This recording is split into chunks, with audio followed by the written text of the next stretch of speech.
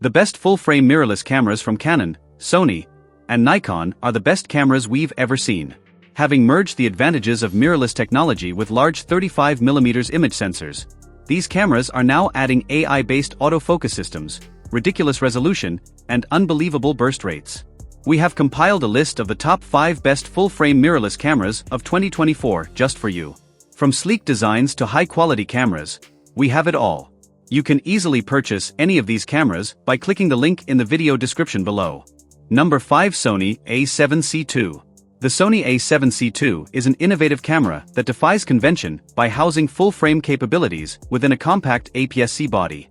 This unique design makes it an exceptional choice for travel photography. Essentially, the A7C II combines the impressive features of the Sony A7 IV with the smaller, more portable body of the A6XX series. In addition to the well-known 33MP sensor, 10 frames per second shooting, and cropped 4K 60p video capabilities, the A7C II introduces a dedicated AI processor that boasts advanced subject tracking autofocus modes, auto-framing for video, time-lapse, and focus bracketing. However, due to its smaller size, there are some trade-offs such as a lower-resolution viewfinder, a single memory card slot with a reduced buffer, and a slightly reduced flash sync speed. Despite these compromises, the A7C II remains an excellent option for a travel camera. Its pocket-sized body, particularly when used without a lens, and lightweight design make it a practical and convenient choice for travel photography. It's worth noting that using smaller lenses is recommended not only for the practicalities of travel but also for better handling, as larger lenses may not be well suited to the compact body of the A7C II. Number 4. Leica Q3. I don't buy into the Leicas are the best street cameras hype, but I can't deny that the Q3 is phenomenal for street photography. It's like the Fujifilm X106 for grown-ups, with an amazing triple-resolution sensor that captures 60.3 MP, 36.5 MP, or 18.6 MP images depending on your workflow and output needs. Its fixed Lumix 28mm f1.7 ASF. The lens delivers pristine images, and the Q3 can offer further focal lengths via digital cropping, 35mm, 50mm, 75mm, and 90mm using its 60.3 MP sensor. Leica's color rendition and detailed image files look fantastic straight out of the camera and are a joy to work with in post-production. The video capability is also impressive with 8K capture, but it's important to note that there's no microphone input, so it's not ideal for pure videography. The autofocus system is occasionally hit and miss, although some argue that street shooting should be manual anyway. While it's a beautiful camera and feels good in the hand for short periods, its ergonomics won't be for everyone and can get uncomfortable during long shooting sessions. Number 3. Sony A7R V. The Sony A7R V no longer has a monopoly on 60-ish megapixel sensors, as cameras like the Leica SL3 and Sigma FPL have joined it.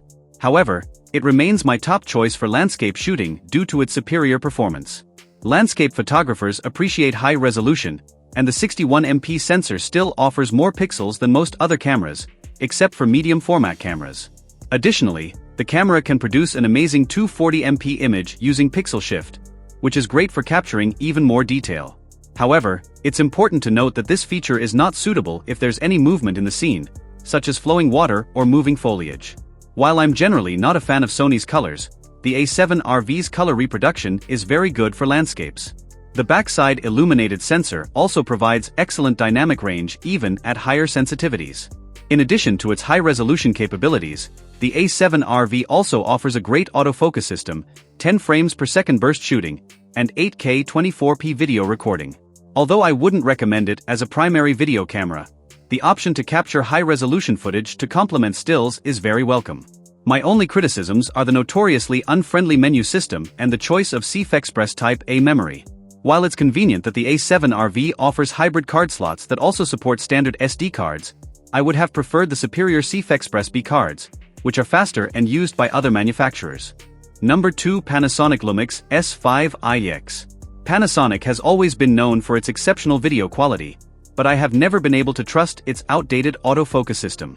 However, that all changed with the Lumix S5iX, which now includes Phase Detect AF along with top-notch video and cinema features such as HDMI RAW output, Apple ProRes RAW, Blackmagic B RAW, 10-bit 4:2:2, All-I, Long GOP, live streaming, open gate capture, SSD recording, and 6.5 stops of in-body image stabilization. This camera is truly a videographer's dream, suitable for serious content creators or dedicated filmmakers. The only thing missing from its video capabilities is 8K video, as Panasonic believes there is not enough demand for it. However, many video creators would appreciate a tally of light, which is noticeably absent from the camera. While it may not be my top choice for still photography, I do appreciate that the Lumix S5iX offers a 30 frames per second electronic shutter with a generous 200 frame RAW plus JPEG buffer, as well as a 96MP high-resolution mode for capturing large photos using pixel shift. Number 1. Canon EOS R8. I'm still amazed by the incredible value offered by the Canon EOS R8. This entry-level full-frame camera provides impressive performance and is essentially a baby R6 Mark II without the IBIS, second card slot, and ergonomics. The 24.2 MP sensor delivers excellent image quality with Canon's renowned color science. It's equipped with the flagship-grade dual-pixel AF2, the best autofocus system I've ever used. With a remarkable 40 frames per second continuous shooting, the R8 is suitable for sports and wildlife photography, which is not common for beginner cameras. Additionally, it excels in video capabilities with 4K 60p oversampled from 6K, along with Full HD at up to 180p, offering options such as 10-bit 4, 2, 2 and log mode. The fully articulating touchscreen is another standout feature not commonly found in many full-frame cameras, especially in beginner bodies. While it lacks in-body image stabilization, several stabilized Canon RF lenses are available, and EF lenses can also be used with an adapter. The Canon EOS R8 offers everything a beginner could ask for, except in-body image stabilization. However, this could be seen as an opportunity to develop better camera techniques, as beginners might benefit from learning without stabilization. Here are the absolute best full-frame mirrorless cameras. If this video resonates with you, don't hesitate to hit the thumbs up button. If you have a burning question, an idea for our next review, or want to chat, drop a comment below.